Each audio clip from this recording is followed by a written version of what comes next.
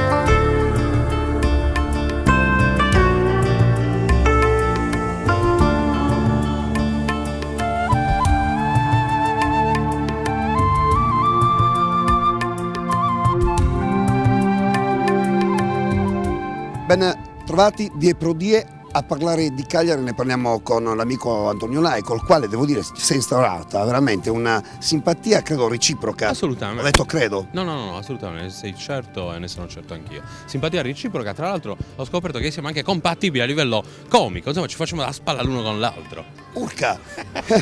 Perché tu fai il comico? Beh, insomma ci provo, cioè no, faccio il giornalista creativo. Guarda, allora, noi adesso, giornalista creativo, vedi, sì, da questo momento stanno partendo delle immagini che partono proprio dallo stadio di Sant'Elia, sì. Eccole qui. Allora, cosa ti ricorda questo stadio? Mamma mia, se ci penso mi viene da piangere. Una stagione calcistica pazzesca dove il Cagliari ha rischiato la UEFA. Ragazzi, stiamo parlando di un Cagliari che quest'anno ha fatto un grande successo. Ha fatto un grande successo, però ti debbo benevolmente contraddire, non era una stagione calcistica, ma era una stagione umana. È stata la storia della Sardegna a 360 gradi, non di Cagliari, ma della Sardegna, perché forse noi che siamo giovinotti non ce lo ricordiamo. Io me lo ricordo ancora, tu sei anche più grandicelo di me, dovresti ricordarti. Non mi parlare di Gigi Riva, io di quello ti devo parlare. Ma ragazzi, parliamo di Gigi Riva, il Corriere che arrivava. Ricchi Albertosi, guarda, fai così, senti, facciamo così. Ricchi Albertosi? Sì. Vogliamo Ricchi Albertosi? Allora facciamo così, lanciamo Ricchi Albertosi che parla proprio di quei tempi, quindi Ricchi Albertosi, poi ancora qui da Cagliari insieme a Antonio Lai. Il 78-79 è stato l'anno che ho vinto il campionato con il Milan, dopo 10 anni che l'avevo vinto col Cagliari, 68-69, 69-70 e poi l'ho rivinto a Milano. Sono i miei due unici scudetti che ho vinto nella mia lunga carriera calcistica. Sono arrivato secondo parecchie volte terzo quando ero alla Fiorentina, però le più grandi soddisfazioni le ho avute col Cagliari prima e poi col Milan dopo. Ma sai, del calcio di quei tempi purtroppo ormai sono tempi passati e si vive solo di ricordi. Il calcio di oggi non mi piace assolutamente. Io credo che oggi il calciatore non si diverta più. Una volta noi giocavamo anche divertendosi. Guadagnavamo certamente, però non in confronto a quello che guadagnano oggi, sono bazzecole quello che guadagnavamo noi. Infatti non ci sono più le famose bandiere del Cagliari, il Riva del Cagliari, il Rivera del Milan, il Mazzola dell'Inter, che facevano anni e anni e anni con la solita squadra. Oggi uno appena fa un buon campionato, anche se ha 4-5 anni di contratto ancora, o gli dai più soldi o altrimenti vuole andare via. E questo non è più calcio, questo è business e basta. Io sono stato legato alla Fiorentina per 10 anni, 10 anni poi sono stato a Cagliari altri 7 anni e poi ho fatto 7 anni al Milan. Io ho cambiato, nella mia lunga carriera calcistica, ho cambiato solo 3 squadre, a parte che probabilmente allora non c'era lo svincolo e tu eri proprietario, il tuo cartellino era proprietaria la società poteva fare e disfare di te, forse era anche troppo esagerato allora come è troppo esagerato adesso. E questo era un piccolo...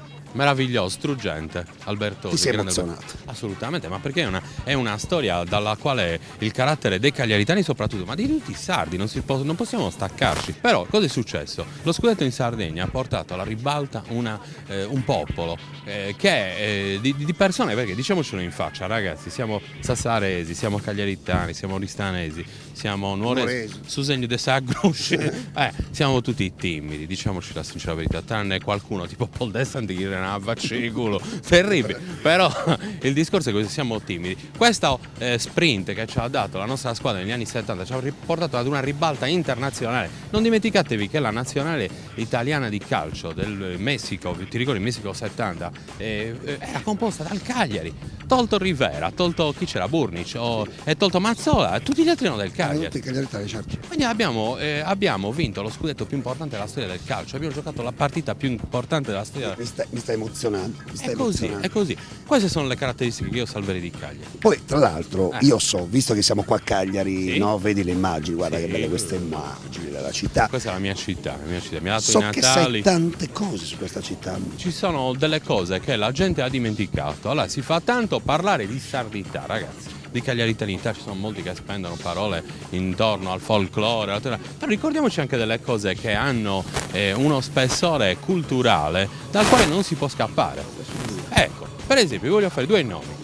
Molti si sono dimenticati che Vittorio De Sica, sino all'età di 12 anni, ha abitato qua a Cagliari, perché era figlio del direttore del carcere militare. Il figlio del direttore del carcere militare che era cagliaritano, quindi Vittorio De Sica, il più grande regista neorealista di tutti i tempi, era vissuto sino all'età di 12 anni qua a Cagliari. Nessuno lo ricorda più. Vittorio De Sica dei radi di biciclette. Un altro nome. Ponei, giusto? Ponei, 10. Vi ricordate chi era? Alfredo Buscaglione, Fred Buscaglione. Il grande cantante, Buscaglione, Bravo. eri piccola così. Piccola così, capito? Spara. Spara. Bravo, la carriera di Fred Buscaglione è nata qua, ragazzi. Fred Buscaglione aveva la sala prova proprio qua sotto, a Smirrionis, nel bunker. Perché? Perché lui era in trappola, diciamo, era arrestato dagli americani. Un tenente colonnello americano di colore lo sentì facendo il bebop con la bocca. E gli chiese proprio, ma tu sei musicista? Ha detto, ma tu suoni qualcosa? Sì, qualcosa la suona. 18 strumenti musicali suonava Buscaglione. Era un 18 strumenti musicali. Era un polistrumentista. Come me, Paul. Era un po' interessante. Quindi Buscaglione aveva una band totalmente cagliaritana, i fratelli Pisano. I due chitarristi meravigliosi, quindi la carriera di Buscaglione è nata qui a Cagliari, nessuno lo ricorda più. Quindi queste qui sono due chicche. Poi abbiamo avuto il grande Amedeo Nazzari che era proprio cagliaritano, verace. Intanto mentre parliamo e Sì. tu parli di questi personaggi, vedi, Sì. stanno scorrendo quelle che sono anche le immagini della città di Cagliari. Lo dico per i nostri telespettatori, ciò che state vedendo non è che per esempio la porta di questo palazzo sia la porta dove Buscaglione provava i suoi spettacoli, ma stiamo mandando così proprio delle immagini Però per è far conoscere meglio verosimile che questa sia città. passato davanti sicuramente, perché ha vissuto 4 anni qui. Torniamo a noi, Cagliari. Torniamo a noi, Cagliari. Allora, si ritorna a parlare della città di Cagliari. Quanti abitanti ha?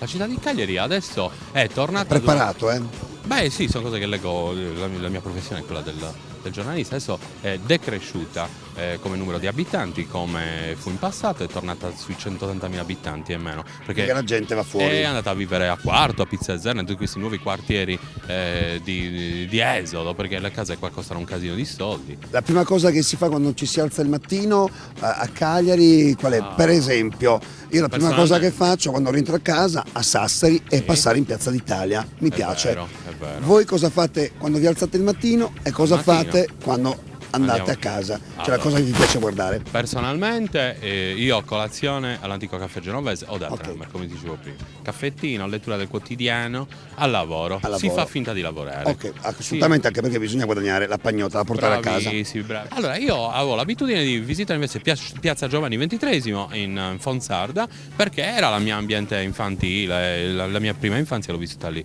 È cambiato anche lì, e ovviamente non è più la stessa. Per esempio, gli alberi che quando io ero bambino erano piccolini come un palo dello stop, adesso sono cipressi enormi, non so che piante siano, non me ne intendo, però sono cose enormi, quindi è cambiata proprio la struttura. Adesso stanno facendo anche la città della musica, tra l'altro è la piazza più grande d'Europa per estensione, lo sai? La piazza della città della musica, piazza Giovanni XXIII, il teatro, vi dice.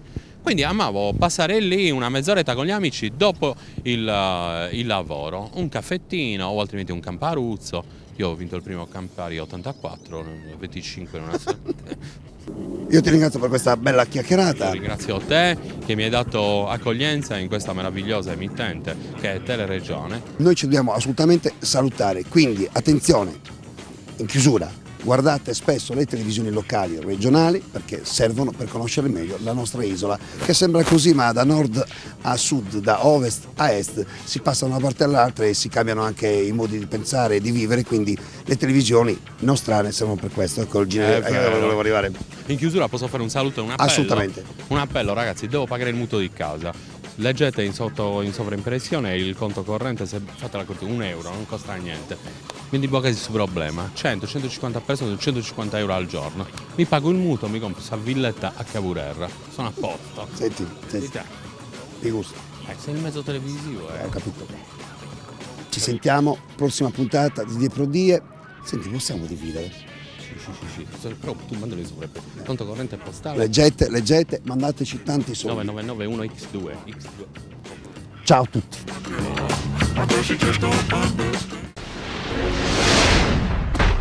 Die Pro Die.